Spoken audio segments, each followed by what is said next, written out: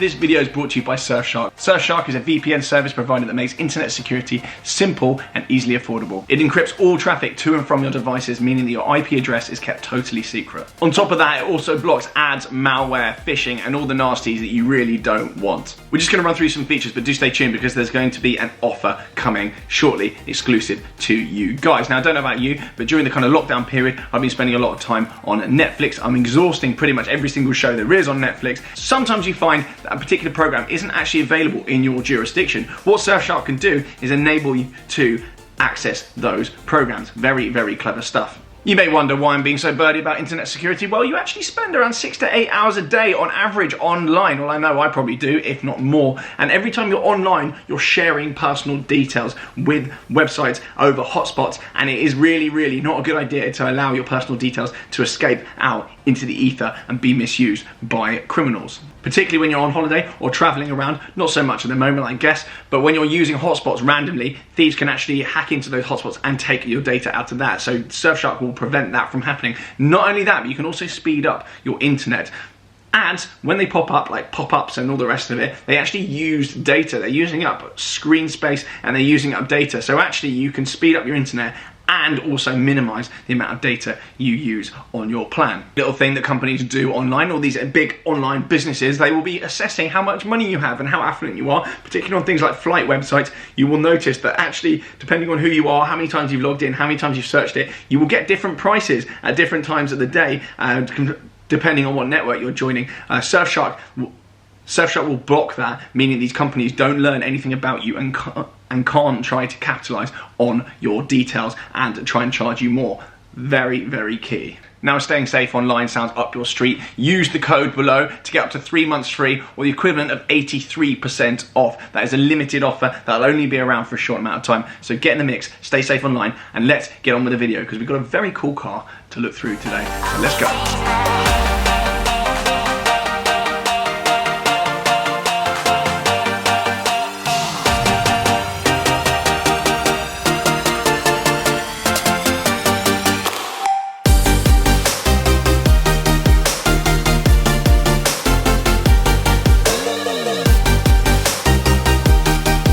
Hello, welcome back to TGTV, and more specifically, ladies and gentlemen, welcome back to another electric car review. Now, I've been doing the rounds recently. I don't know if you've caught many of my videos recently on electric cars, but I've been doing the rounds and I've been assessing what all the main manufacturers have been up to in their quest to conquer the EV market with their first real attempts. Now, today, we've got a very interesting car with us. Behind me here, we've got the Polestar 2. Now, Polestar in the UK is a brand that isn't smattered everywhere. In fact, they've only just opened their first physical premises in the UK as of, I think, the 31st, Halloween anyway. Their first physical premises is open in the UK. So they're not everywhere. They're not that well known in the UK yet. But they've brought an EV to the market, which I think potentially is a game changer and probably one of the best choices you can make for an EV right now. Now, that is punchy considering Mercedes are now churning out fully electric vehicles, Audi are now churning out fully electric vehicles,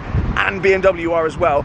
And of course, Tesla, the Model 3, which is a direct competitor to this. This is a serious shot that's been fired into the industry, and I'm keen to take you around the car and explain exactly why I think this car is so good and why, out of the current crop of EVs, if I had to put my money somewhere, it'd probably be into one of these. So without further ado, then I'm going to introduce you to the car, take you around it, and then we're going to go for a little spin. And we're going to do one of my what's coined as real-world reviews, which is driving around in London using a car as it's intended. We're not going to go to any driving roads. I'm not going to tell you about understeer, oversteer, or any of that prattle because nobody really cares. Most people just want an EV to drive around in comfort. They want all the audio to work. They want the charging to work. They want the range to be good. They want it to be comfortable. They want it to be visible out the windows, and they just want a good car. They do not care how it hits apexes. So we're going to go out, and this one's got some really special options actually. It's got a punchy performance pack added. So let's get onto the car. Here we go, let's kick off with the basics. This is the key, just a little kind of rectangle plastic affair, not particularly jazzy. However, let's unlock it, and it does do something very cool with the lights. It's almost like Knight Rider there. Hopefully you caught that with my camera misfocusing. I did actually buy a new camera recently. This is an upgraded one, but for some reason the autofocus is terrible. So, you get a little light show at the front and back. However, A little bit of background on Polestar then. They've got the Polestar 1, which is their 620 brake horsepower hybrid car, which is absolutely ludicrous. It's about 150k, and hopefully I'll get one of them on the channel very soon. But we're here today to talk about the more mainstream, fully electric Polestar 2. Now, Polestar as a brand, some of you may not be aware of this, I'm sure most of you will be aware of this, being car fans, but Polestar are to Volvo what AMG are to Mercedes, M-Power is to BMW, RS and Audi Sport is to, well, you get the idea. So basically Polestar were Volvo's exciting division, making exciting, punchy performance cars, and they are now turning their hand to electric and sustainable vehicles, but with an exciting element. So a few basics then. Range is about, well, it says on the dash 260 miles on a full charge. I've just charged that up overnight. It will do 60 in under 5 seconds, and I can confirm it does actually feel ludicrously fast. And it is of course a 5-door, but what they call a fastback. So it's not a saloon, it's not a hatchback, it's somewhere between the two. Let's get the boot open. We'll have a little look round. There you go. Open sesame. Now, considering it's not an estate, it's not a saloon, it's a fastback, there's a lot of room in there. I'm on my own, so I'm not going to climb in, but I could if I needed to, and you've obviously got the partition there through. So far, so good. It's all looking very sensible. I'm going to get on to driving in a sec. That is hell. That is utter hell. Completely other end of the spectrum there. Inside then, you've got loads of room. Please excuse the popcorn. I actually went to a cinema drive-in event recently and watched the film Tenet. That's how you pronounce it. Had no idea what was going on, but I took this car to a drive-in cinema with Polestar and fully charged. Sat through the whole film, all the way home. Didn't run out of battery. Great. This then is 300 kilowatts, and as I already said, range is, as you can see, it's saying 95% and 260 miles there on the dash. Inside here then, it's a very stripped out, simple affair. However, do not let that fool you. There is some ridiculous tech in here. Polestar have completely stripped back the interior and they've left only essential bits in here. So let's actually hop in. I'm getting very distracted already. So I'm very keen to show you something right here. This center screen here then is very, very good. It is Google based. So it's not in-house. Google have actually developed this, meaning it works really, really well. Hold on. Google Assistant is mental. I hate voice control stuff, by the way, but this has actually changed my opinion on it. Oh, you've got driver performance in here. Chaos. There you go, you can just drive along assessing all your kind of metrics, but what we're going to do, we're going to do Google Assistant. Google, play Kiss 100. Alright, here's Kiss on your car radio. So there we go, it works. This is absolutely ridiculous. Kiss 100 is a radio station here in the UK, for those not aware. That was a very simple demonstration of what it can do. But I kid you not, you can't mess it around. You cannot confuse it. It knows what's going on. Google in this thing is really good. You've got Google Maps, absolutely unbelievable. And I dare say it works a lot better than CarPlay. Everything is actually really, really, really good. This is as good, if not better, than a smartphone. It's unbelievable. I'm really impressed by this, and I usually hate screens and tech in cars. I just think they're never as good as a phone, but this is the first time I've actually seen one that works as well. And the other thing to note as well, it's portrait, not landscape, meaning that when you are on sat-nav, you don't have to scroll endlessly. You can see more of the road, because the horizontal ones are actually poo. So that is a good news story. One gripe, as you can see down here, you've only got USB-Cs, which I know all the brands are doing now, even Rolls-Royce are doing it. You've only got USB-Cs down here underneath these little waterproof flaps, but you have to bring a converter. If you want a normal USB, you have to bring a converter with you, which is kind of annoying. Surmountable, but annoying. This particular car has got Harman Kardon speakers in it. Again, they work extraordinarily well. You've got a tri-spoke, sporty steering wheel with nice stitching in there as well, with all your kind of essential commands in there. You've got a huge digital screen in front of you, giving you all the information that you'll actually need and none that you don't. All in all, and all round, you've got vegan materials all over the place. You've got sustainable vegan materials. The seats are bolstery, but not too bad. You've got these punchy yellow seat belts which match the calipers, which we will get onto. And there's huge pan roof up here as well. It is a good news story in here. Nothing creaks, nothing rattles. You prod things, they depress and make a noise that they should do. Everything is good. It is very, very good. I can't have a go. I actually can't have a go. Apart from the USB, I can't actually have a go inside at all. Please ignore the snacks. I haven't got a problem. I've just went through a drive-through cinema with my girlfriend and crisps in here. Crisps, the snack variant, and my dog. Come around the front of the car then. This is controversial. The logo. So not many people even know what this logo is, and recently there's been a beef with Citroen over the logo. I think it's good. I don't think it looks the same as Citroen, but it's very nice the way the logo is body colored as well, so it's not standoutish. There's nothing on the grille. It's very simplistic. It kind of just says, I know what I'm doing, leave me alone. I like it. I like the styling. And whereas most cars are going for the kind of pebble shaped, smoothed off all over the place, this makes a lot of use of angular shapes, which I also enjoy as well. So this car has got the performance pack on it, meaning you've got the big wheels, you've actually got Öhlins adjustable dampers, which is completely bonkers. You've got adjustable suspension dampers in there, meaning you can adjust rebound and whatever it is, in effectively a car that is a sensible family lugger. You also get these big Y-shaped big wheels in this design, and you get Brembos at the front here with gold calipers, and most importantly, you get gold dust caps. Believe it or not, this is part of the performance package, gold dust caps. Correct. So all in all, that package actually for the huge wheels, Brembos, dust caps, and the adjustable suspension is only £5 grand, which I think represents really nice value for money. And the gold calipers there are picked up by the yellow seat belts inside. I think it is a really nice touch, and the brakes work really well. I think the Brembos are only on the front. They don't change the ones on the back. However, the caliper on the back is color coded to match. Practicality stuff, charging then. Your charger spot is here, which is where you'd expect it to be, kind of same as where a petrol pump would be. Very cool. Use this button to release it. All very standard stuff, nothing too clever or fancy about that. It does work, I've used it. A lot of cars I found recently when I'm charging them, they're a little bit temperamental, but this actually worked first time. If you want all the boring charging details, then by all means hit the website, but it's up there with all the charging times that you expect. There is lots of tech around the car. You've got a camera in the grille on the front there to assist with the full parking arrangement.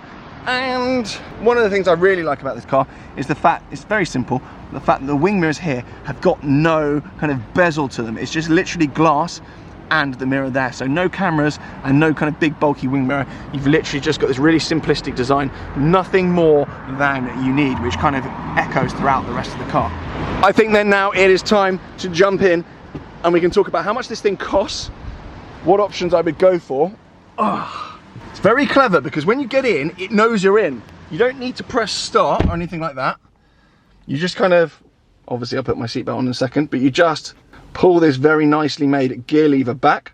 And look at that, it's like, yeah, we're ready, where do you want to go? It's telling me off for no seatbelt. Let's get that on.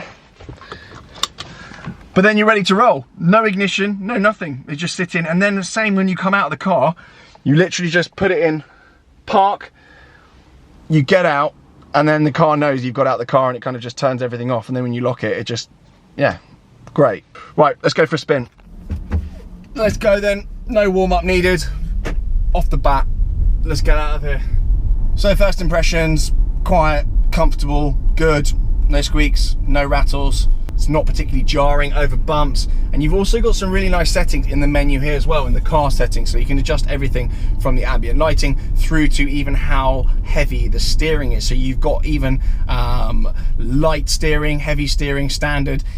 It's good depending on how you're feeling. If you're feeling particularly strong, or if you like a little bit more steering weight, you can obviously adjust that. You can also adjust things like the regen, so you can turn that off completely, or you can go full one pedal driving mode, which I'm in most of the time. I quite enjoy, which effectively means when you come off the accelerator, like now, the car feels like it's on the brakes, but what it's actually doing is regenerating electricity into the battery, which is really, really clever. And it really makes you think about your driving. I think it does improve you as a driver. You become a smoother driver. You really got to modulate your acceleration input, which is cool. And I think when you come out of this car and you go into a normal ICE car, it actually makes you a little bit more smooth. It's cool and it's fun just seeing whether you can just drive around willy-nilly without having to touch the brakes at all. And obviously doing so means that you get more range out of it, because every time you slow down or you stop, you're putting power back into the battery.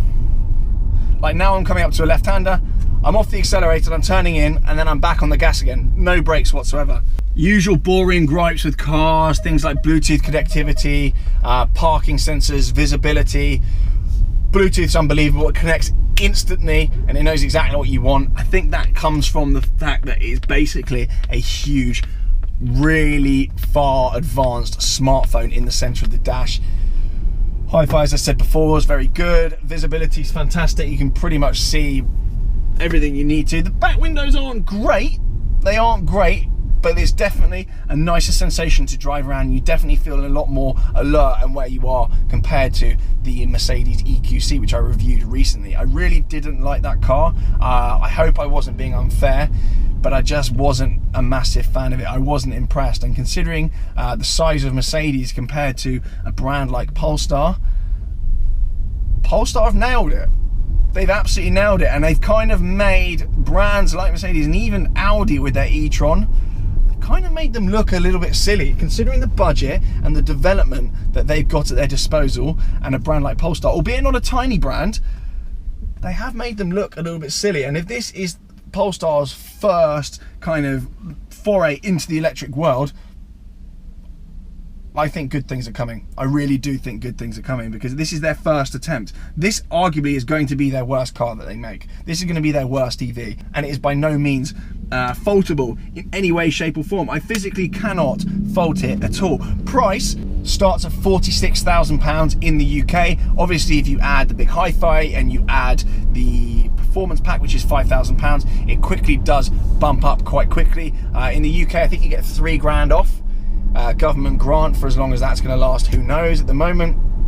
But all in all, I think the one that I'm driving around in comes to about £52,000, which is not cheap, but it's also not that expensive as well. And there's also Polestar lease and kind of funding options, as there tends to be with these cars. That includes a 3-year warranty, 3-year service plan, and 3-year kind of connectivity and updates from Polestar as well. So you're pretty much completely sorted for at least 3 years. Whether you can extend that, I don't know. Whether these things are reliable, I don't know. However, I have been running this for a week, and there hasn't been one error light, there hasn't been one glitch. There's been nothing, absolutely nothing wrong with it at all. I haven't heard any grumblings on the grapevine that these things are falling apart, and certainly it doesn't feel like a car that's going to fall apart. The build quality definitely surpasses that of my experiences in Teslas, and all in all, I am very, very impressed by it. Range might be a bit of a bugbear at about 260, 270 miles claimed, but realistically, I haven't found it an issue, and I don't think you'd probably find it an issue in the UK, because there isn't really many things further than 260 miles away in the UK. And again, any gripe to do with range will probably be related to infrastructure and not the range itself. Should infrastructure be there in the UK and be good enough, then a 260 mile range should be more than enough. I know Tesla are coming out with kind of 500 mile plus ranges in their Plaid mode Model S. But for now, I don't think this is bad news. And with charging technology kind of increasing every single day, and then more and more chargers all over the place, and even sneaking them into lampposts, I don't see it as an issue. Now, an important element of this car, image. I know a lot of EVs driving around, you see people driving EVs and you think they're virtue signaling, or they kind of look like some sort of melted pebble, or they look like a typewriter or something like that. But this is actually, I think, just goes enough, shut up. I think it goes under the radar enough that it's actually quite cool. It's not, you're not kind of shouting about the fact you're driving an electric car. The charging flap looks like a petrol cap. For those not really in the know, this just looks like a normal car. There aren't any electric badges on it. There's no kind of lightning bolts everywhere. There's no kind of green wing mirrors to tell everyone you're driving an electric car. It's just an understated, cool, and actually quite a rare brand at the moment. I haven't seen another one of these driving around. So all in all, good news. Would I choose white? No, I would probably choose black. And actually, I spec one up on the configurator before coming out. I went for black with the performance pack, and I think I just went for the standard interior as well. You can get a beige with wood everywhere, but I think that I probably would just go for this actually in here. It's quite a nice shade of grey. It's going to be relatively hard wearing, particularly with a smelly dog like mine. So I think that's where I go with it. The colour is actually called Void, I think, instead of black, and that is a free option. By all means though, the configurator is really good. They've got a 360 option inside and out, so do have a little play around on there. I would go for the big hi-fi. It is very good. But other than that, I'd probably leave most stuff alone. They do come relatively well equipped. Despite the lack of buttons, it does actually do literally everything. Other considerations like after sales and residuals, don't know. It's still too new a brand to know about anything like that. However, with the Volvo links, I don't think there's going to be a lack of kind of funding or availability of parts. This brand is huge in Scandinavia, and reliability wise on Volvos has been incredible, so I don't think this will be any different. However, I could be wrong. I just don't know enough. As I say, it is a relatively new brand. This is a relatively new car, but there's no reason to be any more alarmed than you would be in a Tesla. And in fact, I'd probably back this over a Tesla in regards to falling apart. So yeah, it's a good news story. I'm trying to think of some gripes. I'm trying to think of something to have a go at it about. I love the pan roof as well. Driving in here is just so airy, it's just so quiet. It's just a nice place to be. Would it be more comfortable on the smaller wheels? Possibly. Is it crashy though? No. It's good. It is good. I'm very pleased. A really irrelevant point now. The indicator click on this thing is really, really satisfying. I don't know if you're gonna be able to pick it up. It's got this really nice, like, dull clicking noise to it. It's just very satisfying. I don't know. Maybe I'm on the spectrum. I just enjoy it. A quick note on performance before I disappear. I'm in a 30 zone round here, and this is where this car's probably going to live a lot of its life. It does do B roads well. It does do motorways well. It is fast. Mid-range is instant punch. As I said at the beginning of the video, 60 is under 5 seconds. It's quick, it is a fast car, and it does handle very well, particularly with the Öhlins shocks. Now, I haven't messed around adjusting the shocks. You need to get under the car to do that, and I'm not that bothered about that sort of thing on the whole, but it's very cool to know that you can do that, and I guess it's just a willy-waving fact that you can adjust the shocks on your EV. It is a pub willy-waving fact, and for that, I very much enjoy it, and it's just a really nice detail. And as I said before, it does represent really good value for money, because a new set of shocks, even for my 996, was about 3.5 grand, the KW shocks. A new set of wheels, any 20s or 21s, they're going to set you back a few grand as well. And you got your gold valve cap. So I think the whole lot for 5 grand, if you wanted to do it yourself, you wouldn't be able to do it that cheap. So I do think that option is well worth doing, particularly if this is going to be your main car and as something you want to give a little bit of a spirited drive on the weekend and not just be a family lugger. I think that does do a lot to introduce a wider breadth of ability and an element of performance and enjoyability to the car for a little additional extra. Also, I do think that cars spec with that option residually will be better news, so it will aid the resale. So I think that option is well worth speccing, and it's a really nice touch from Polestar to introduce that to the configurator. So well done them. It's the first time I've ever seen that on any kind of even remotely sensible car like this. So yeah, really cool. Hats off to them on that. I'm going to pull in then and end the review. Hopefully that provided some insight into a car that isn't hugely talked about in the UK, but you will see a lot of these on the roads very soon. I have teased this car on my Instagram, and I've had a hell of a lot of DMs from people saying they've ordered one of these and they're eager to hear all about it. Deliveries for these are starting imminently. I think December, January 2021 for the earliest cars, but they're going to start pouring out over the next year or so. So do keep your eyes peeled for these on the road. And do let me know if you want me to review the Polestar 1, because there is one in Polestar's press fleet, I believe, that I may be able to get my hands on. So fingers crossed I can take that out and give it a proper boot, because that is a lot more performance driven. As I say, it's 620 brake horsepower and 60 in only a few seconds. So that is going to be a riot. It is a hybrid, not a fully electric car, so completely different. It's 3-door, and I'd love to get my hands on it. So you may well see that on the channel at some point, but for now, from me and the Polestar 2, thank you very much for watching. Do subscribe, give me a thumbs up, and do share this video around, as it really, really helps these videos reach more people and it helps me churn. Cheers, guys.